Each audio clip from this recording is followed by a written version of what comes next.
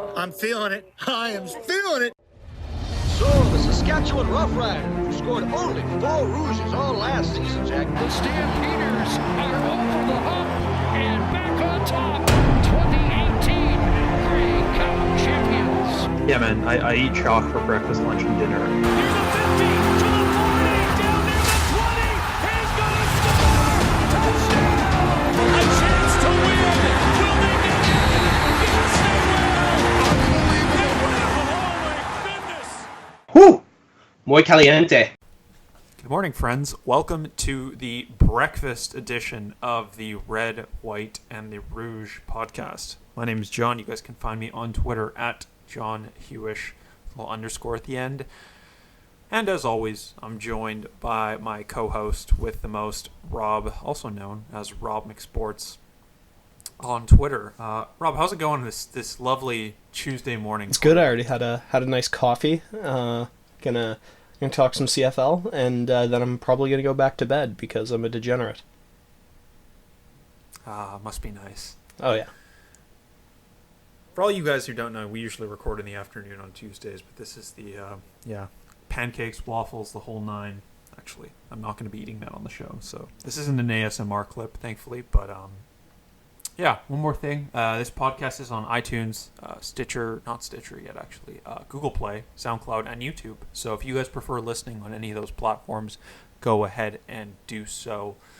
Now, switch on over and leave us a rating if you would be so kind. Are we already ready to jump into the rewind from last week, or there's something you want to bring up this week first? No, I think the rewind will really kind of set the table for this week. Perfect. Lonus, hit the music. I told you. What did I tell you? Didn't I tell you? 'Cause I told you. Mm-hmm. All right, so week 7 was pretty interesting. There was a lot of injuries. Obviously, the most notable one was Jeremiah Masoli going down for the season with a torn ACL, and now Dane Evans is the future in Hamilton. So if you're optimistic about that, then God help you.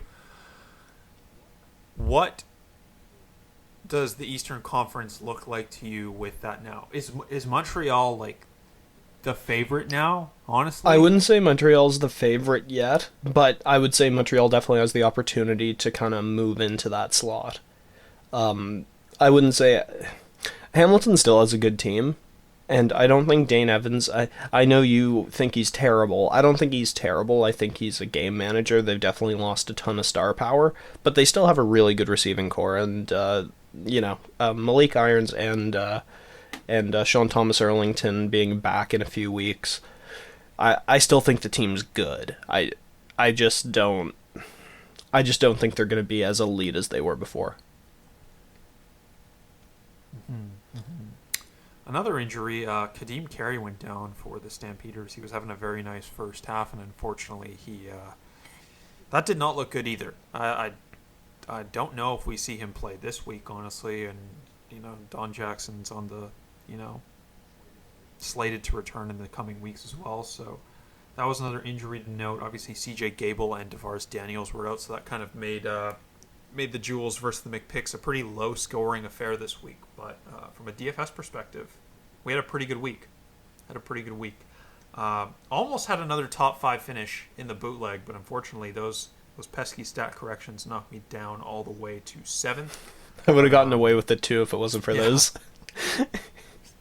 Those damn stat corrections. So I had Fajardo quarterback in that one, and basically when the news that CJ Gable wasn't playing, it basically became I'm going to not punt really, but I'm going to play Shaq Cooper and John Crockett as my 2 flexes, Kyron Moore as my first receiver, and then it's just jam in Brandon Banks and Andrew Harris. Had the Riders D as well. They were actually the second best defense on the board this week next to the Eskimos. But basically when CJ Gable went down or was announced out, I realized I have to jam in Brandon Banks and Andrew Harris. Then when Masoli went down, that turned into a horrible idea because Brandon Banks caught he was caught bad. 3 more passes after that. But it was for no. And it was, he dropped a couple of those, 100%. Like, those were kind of on he should have caught a couple. I think he only caught like 4 out of 10 targets or something, 6 out of 10. So, but again, a couple of those passes by Dane Evans, just throwing a hope and a prayer up, and throwing it to Winston Rose instead. So, yeah, but overall it was a solid week with that lineup. I managed to avoid most of the landmines, but my second lineup did have Trevor Harris and God knows why Greg Ellingson. So. Well, with Greg Ellingson, I think the big issue is that they're not using him in the long game at all. And Tavares Daniels is definitely a better deep threat. But when Daniels is out, they're not kind of replacing his routes with Ellingson. So you're still getting a lot of 10-yard hitches and stuff for Ellingson, and then you've got Ricky Collins Jr. or Kenny Stafford catching balls. And the thing is, they don't catch them all that often. but they get a lot of PI penalties called against them. I mean, for them. And of course, that hurts everyone, because then Trevor Harris isn't getting the points. Yeah, that's one thing. I hate PI penalties, and when I'm playing DFS, they make me so mad. Agreed. From a betting perspective, this week was a debacle. I have to kind of own up to that now. I had Calgary. Your lock of the week actually hit. You had the parlay, but I'll talk about my. I had a really good betting week. I made good money. You did.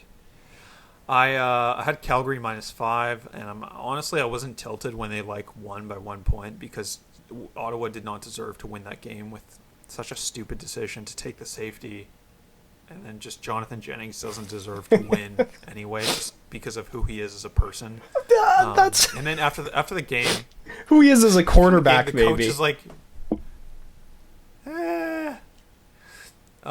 Anyway, after the game, the coach is like, "Yeah, we maybe should have punted it." It's like, yeah, I guess that's the whole point of this segment, though, is the 2020 hindsight. I also had the Winnipeg money line against Hamilton, and when Jeremiah Mazzoli went down, obviously I wasn't happy about it. I was like, whoa, Winnipeg should probably win this one. No, they proceeded to turn the ball over 6 times. Matt Nichols looked like what we expect Matt Nichols to look like, throwing 3 interceptions, and they put the ball on the ground on a couple kick returns as well. So they had 6 turnovers, and if you turn the ball over 6 times, you're probably not going to win a football game, and that was the cue case the there. Jim Moore clip. And finally, BC had Mike Riley going over 260 passing yards, because I was like, man, that's so low. Usually he's been over that in every game this year except his 2 matchups with Edmonton. But the Lions, I think, have hit an all-time low, and they seem to manage to do that every week. Just when you think they can't go any lower, they find a way. I was at that game, and I was yelling a lot in the first quarter, and then I kind of stopped, because I felt like I was bothering Farhan Lalji, and I felt bad, but on top of that, my throat was sore, and I'm like, it's not worth it. This team is terrible. It's not worth my upset. Well, that, and when it's a Saskatchewan game, you have to fight with all the... there was no Riders fans near me. Come in from... And plus, Really? No, there wasn't. Though I did yell at one point, when they let the first kick return touchdown, I yelled basically at the top of my lungs, "I'd rather watch the fucking Whitecaps." The Whitecaps. And the entire section laughed, which was, highlight of my day. That was probably the biggest win. Well, I mean, that was the biggest win that happened all day in that stadium. Yeah. But no, what I was going to say was, we were talking before the show, and it was funny how you just mentioned, which is the bigger disappointment, the Whitecaps or the BC Lions. For those of you who don't know, the Whitecaps are the soccer team that plays here. They are also terrible. So we just have a whole plethora of terrible professional sports teams here in Vancouver, but the Lions take the cake because they were the number 2 favorites to win the Grey Cup this year. So I don't think they're still sitting there anymore, but yeah. Anything else you want to touch on from last week?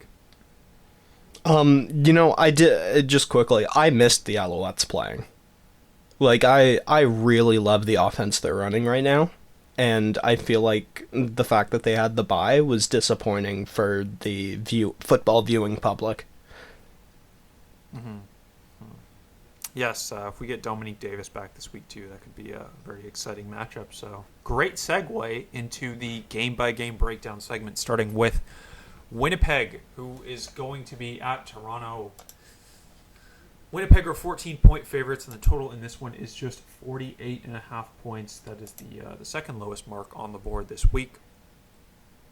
I'm considering playing Matt Nichols, so it's been a really stressful week. I have finals coming up. I have a big paper due tomorrow. Maybe that's why I'm considering this. I don't know, but I mean, against terrible teams, he's actually been a pretty solid quarterback. Would you not agree? No, I think Nichols has been pretty good, and at 9,300, he's a pretty good price point. He's definitely my number two quarterback on the week. And Toronto's terrible, just awful. Yeah. The one thing I will go ahead. Oh, go ahead. I will say that unless, like, obviously Harris is good at establishing a run game, so I wouldn't worry about it too much. But if you're playing Matt Nichols, you do have to rely on the fact that the run game is going to be good. Yes, Toronto is giving up 139 yards. I'm not worried about per it. game on the ground. That is far and away the most in the league. So that makes Andrew Harris obviously very appealing. Again, the whole floor. He catches a lot of passes from Matt Nichols as well. Other people will be catching passes from Matt Nichols are probably Lucky Whitehead, maybe Darvin Adams. Darvin Adams left last week in the first half. I believe it was like with a hip injury. Didn't return. Lucky Whitehead did only get a couple catches though, but he's very involved in the return game. So if you are playing the Bombers D, which you probably will be this week against the Argonauts, then Lucky Whitehead is the opportunity to get that double dip. And of course, he is still somewhat involved in the offense. So it's not a guy like Devontae Dedmon or Ryan Langford who's exclusively returning kicks, which is nice. Yeah. On top of that, I just want to add in with Lucky Whitehead. Lucky Whitehead for me is emblematic of the CFL season thus far. Just like random guys who have amazing performances one week and then do nothing the next, who are receivers. That's basically what the CFL season has been, unless you're Brad Sinopoli or Luke Tasker, in which case you don't have the great weeks. Brad Sinopoli last week, he had a good week. That'll be the only one this season, but actually, I really hope he picks it all up. Like, I'm a big Sinopoli fan. I just think he hasn't had someone to get him the ball. Before we move on, anybody on the Toronto side of the ball you like?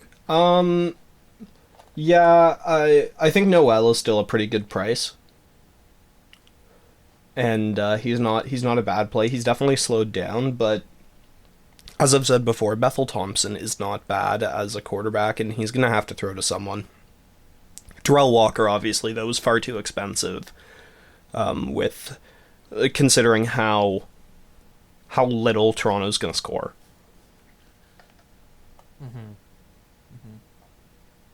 Yeah, I mean, he went off against them last time. He did. But that's kind of just just been pushing his averages all year. Basically, that one game. Yeah, I guess. Well, I mean, he's obviously picked it up since the first couple of games, but I think that was just a product of it being such a blowout that honestly the defense was probably going at like 70%. Yeah, when you just play prevent every play, you're just like, please don't score 8 touchdowns. Then exactly. All right, second game of the week is Hamilton going to Saskatchewan. Saskatchewan are 2.5-point favorites, and the total in this one is 50.5. The Cody Fajardo Express just continues to roll. Yeah.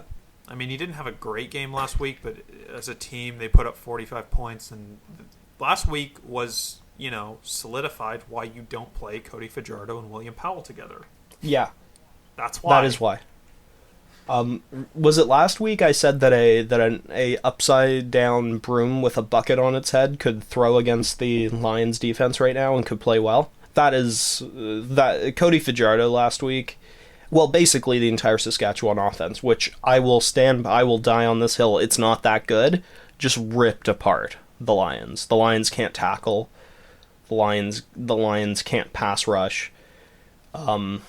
Their coverage team is their defensive backs actually aren't that bad, but because they can't pass rush, Cody Fajardo had enough time to go through all of his reads and then decide if he was going to throw it, and then if he wasn't going to throw it, then he could run. Like, he had so much time. He had quite a few rushing yards. Yeah.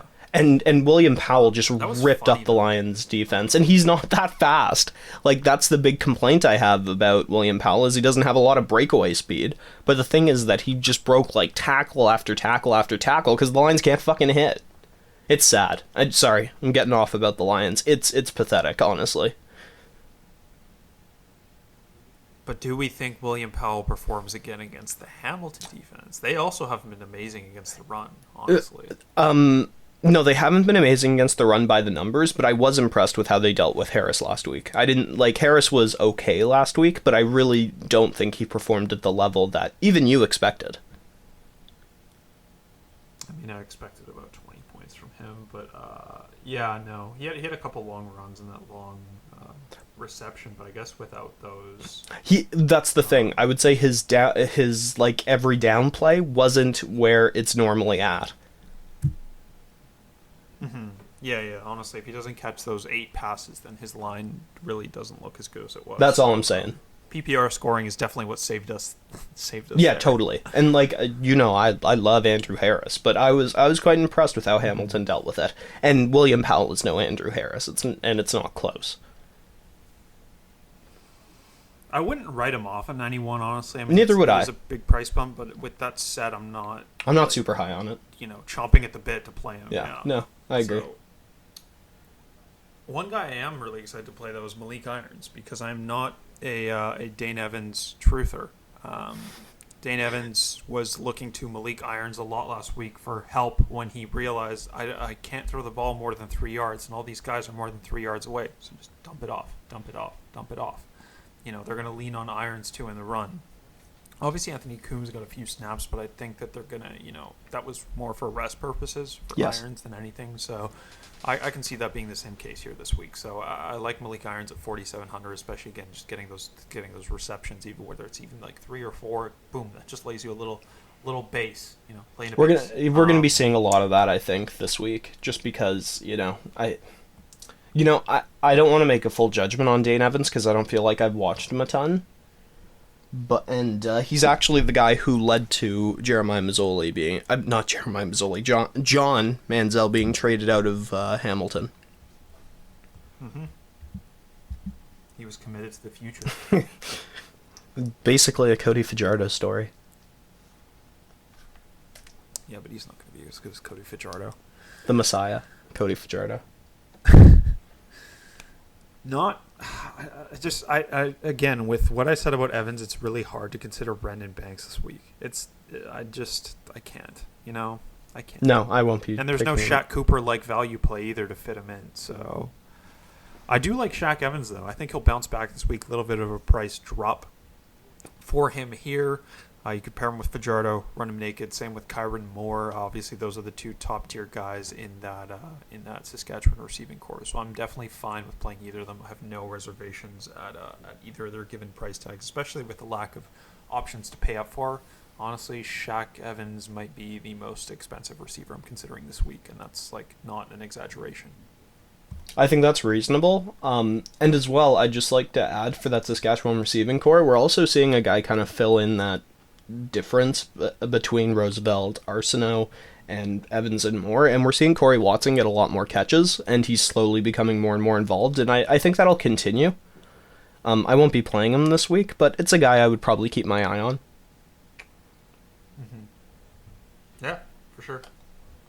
All right, next game, Ottawa at Montreal. Montreal are 7.5-point favorites. The total in this one is 53. Dominique Davis is the question mark. He is targeting a return on Friday, or hoping to return. So obviously, if he's back, he's in play against this Montreal defense, who again has been good. But Dominique Davis gets it done in so many ways, and obviously on the other side, Vernon Adams Jr. This could be If you told me I'd be excited about a Montreal-Ottawa matchup come Week 8 2 months ago, I probably would have said some really not nice things to you. But here I am. Excited for this match. No, it's going to be good. Which side are you on, though? Just on the quarterbacks, both of them just have two really developed dimensions to their game. Both of them can get it done with their feet and with their arm, and that's something that's unique and something that's fun to watch in a quarterback matchup. I don't think the teams around them are all that good, but they're definitely, the two of them together are able to put on a show. But if it is Jonathan Jennings in, then that is not a show. That is, if it is a show, it's a canceled after one season show. Yeah, the only two guys I'm interested in on the offensive side of, honestly, either of these teams are obviously John Crockett. If Moses Madu Jr. is ruled out again, he's been solid. I like watching him play, honestly. He's more fun to watch than Moses Madu. And again, that's not something I would have expected to be saying now, but I like him. Even if Davis is in the lineup, I still think he'll get a decent amount of touches and honestly probably more opportunities to catch the ball because their offense isn't going to be on the field for like 10 minutes of the whole game. And then Quan Bray, who maintained his targets last week. Obviously, B.J. Cunningham was out.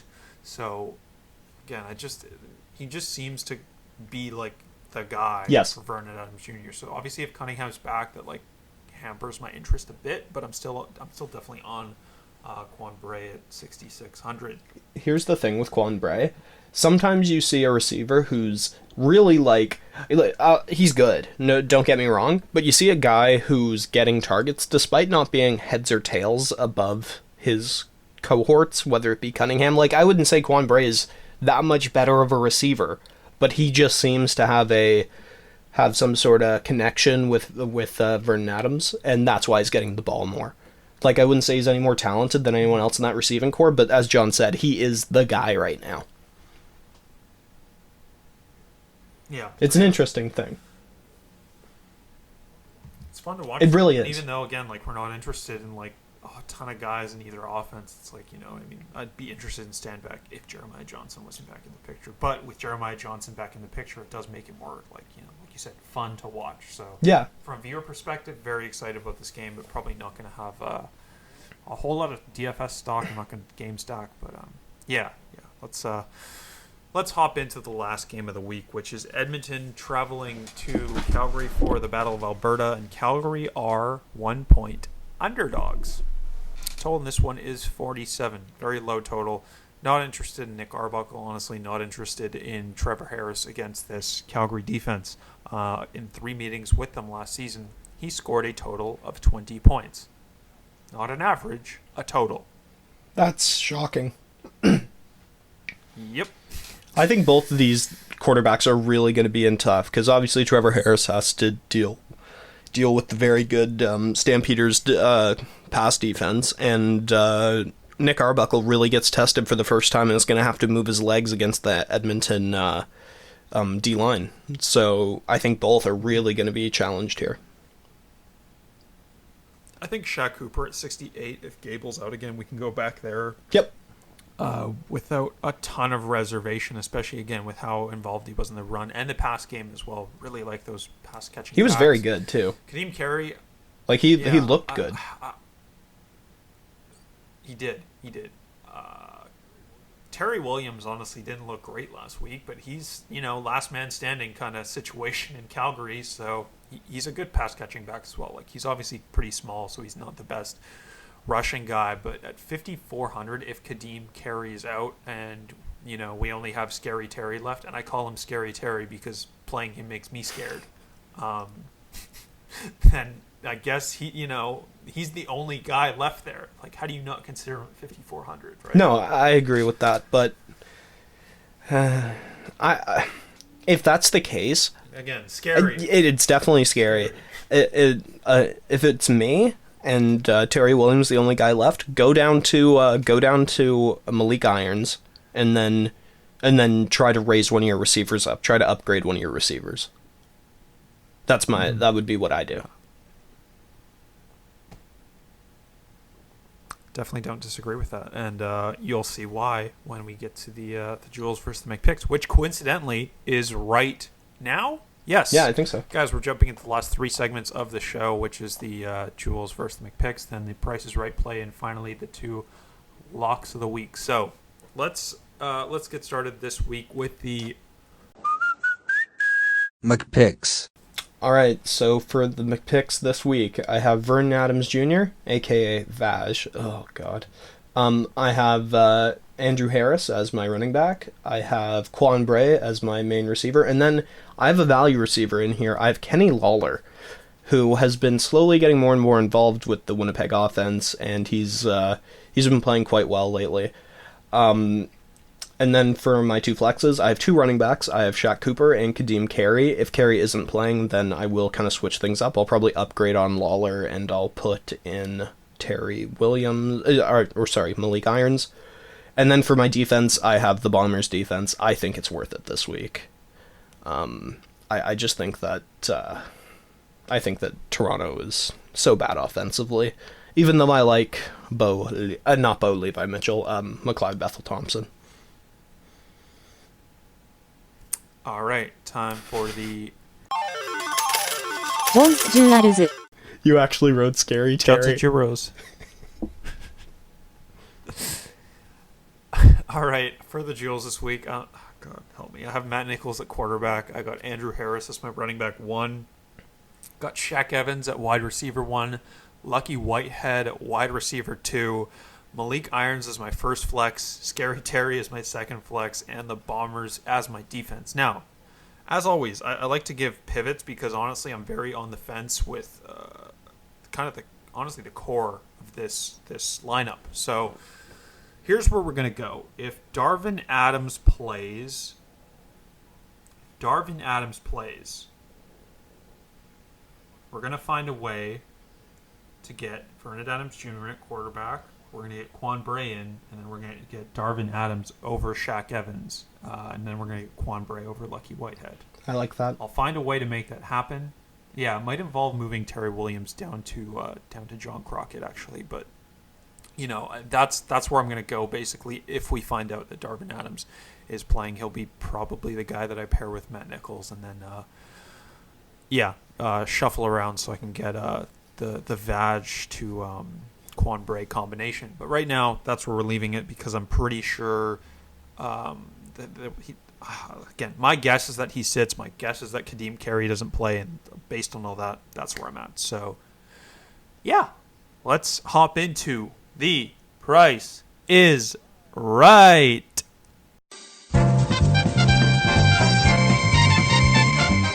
All right. Malik Irons, come on down. You have Dane Evans throwing you the ball. You have a very, very safe floor for receptions, and I really hope I don't eat those words on next Tuesday, which I probably will, knowing, the way the CFL goes. But $4,700 is a very reasonable price for Malik Irons, again, with the way that this offense is going to be run with Dane Evans against a tough Saskatchewan D. So, like me, some Malik Irons as a salary relief play this week. Yeah, that's a good play. I would have put that too, and as you know, I've put Malik Irons as my Price is Right quite a bit. It's nice after your cyberbullying to get for you to get on the bandwagon. I'm all on the Malik Irons Express. Yeah. He was good last week. Anyway, for my Price is Right, I actually have Quan Bray, and I'm going to explain why, and this is going to be a slightly in-depth. The receivers in the CFL this year are too inconsistent to spend big money. If you have a guy who's hot, who's a middle price, like Kyron Moore last week, that's the guy you need to take. You don't want to be taking Greg Ellingson like I did after injuries to DeVaris Daniels last week. You don't want to be doing that because the risk is just too big. Guys like Quan Bray in that 6,500, DeVaris Daniels when he was 66 last week, in that range, that's how you want to be spending money on your receivers. That high tier is far too risky. Sometimes it'll pay off, but a lot of the times it will not. I don't know if you agree with that, John, but... No, I do. And again, before last week, I said that Brandon Banks is the only guy worth paying up for. Now that he doesn't have 100% throwing him the ball anymore, then it's, you pay down at receivers and you pay up for Andrew Harris and, you pay up at quarterback. And that's the direction we're going this week. Well, I think that this might be how it is for a lot of the remainder of the season. Like, there's just too many guys who are underperforming. Your Duron Carters, your Brad Sinopolis, as I mentioned before, your Luke Taskers. Like, disappointing seasons. Eric Rogers. Disappointing seasons, to be honest. And yes, you might say Eric Rogers had 3 touchdowns one game. Yeah, but that's not going to happen every week. It just isn't. No, it is not. But Quan Bray getting 70 yards almost every week and, 8 receptions, I could see that happening every week. I Maybe 8 targets, but yeah. Yeah. 8 targets or so. Like, I can see that every week. But quite frankly, I can't see that from Eric Rogers, for example. He's just not involved enough. Yeah, no.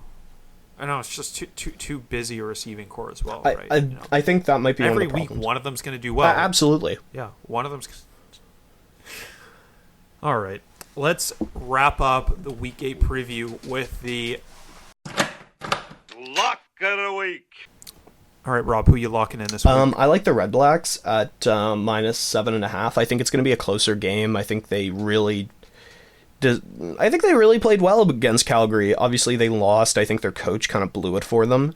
But I was impressed with how they played. I think the defense is what really responded. So I expect Montreal to win this game, but I don't expect them to destroy them like they did last time they played. Yeah, sorry, you mean plus 7.5, right? Yes, I do mean... sorry, the Red Blacks plus 7.5, yes. Yeah, no, if you had the minus 7.5, you'd get a really good odds on that. But yeah, I like that, especially if we see Dominique Davis back, which, again, obviously if he's announced in, then we're probably going to see that line probably move closer to 6.5, maybe 5, honestly. But yeah, speaking of player lock of the week for you. Vernon Adams Jr. Get it down. He can get it done on the ground. He can get it done through the pass. I kept complaining about Stanback getting vultured by him. Well, why don't I just counter that by actually playing the guy? Yep. Great 200 IQ play right there. Love it. All right, guys. My betting pick of the week is going to be the Riders minus 2.5. You could go the money line. I'm waiting to see what the line is, honestly, for the money line. My book has only put the spread out yet. So if it's under 1, minus 140, if it's minus 1 or 140 or lower, I'll probably just take the money line. But another pick I really do like, which you guys can just jump on now if you want, is Calgary plus 1. I think they, again, win this game outright. I don't know, I think we see them win here at home. It's just Edmonton's really, really struggled at McMahon in the past. And honestly, if you want to pair that with the over, Calgary money line and over 47, that would probably be my second pick. But yeah, I'll probably have plays for just about every game this week. I do like a lot of these lines. But as for my player lock of the week, it's going to be, what is this, the 4th week in a row that it's Andrew Harris? Is it really? Jesus Christ.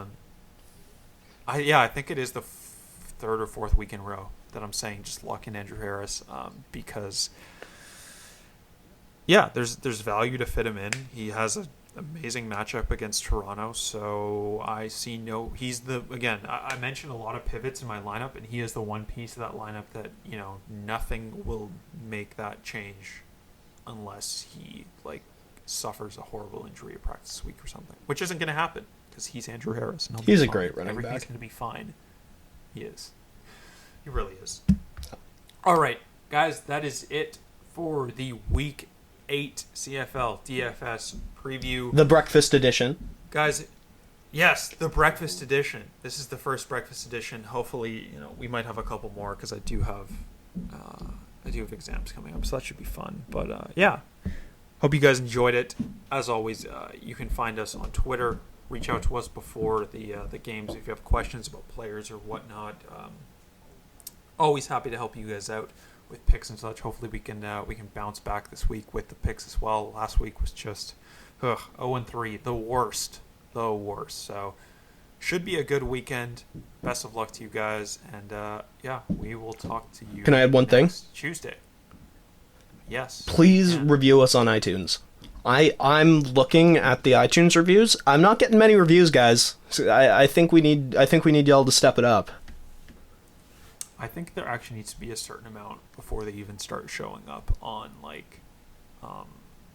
before they start counting towards your rating. So yes, if you guys could leave us a rating, even if you listen on YouTube, rating, honestly, just go on iTunes. Yes, even if you do listen on YouTube, that is all we ask in return for our CFL, our sage CFL advice. So yeah, that's a good place to end it. So again, best of luck this weekend. Appreciate it if you guys could go ahead and just rate us on iTunes, like the YouTube video. Wherever you may be, it would be super greatly appreciated. So, talk to you then.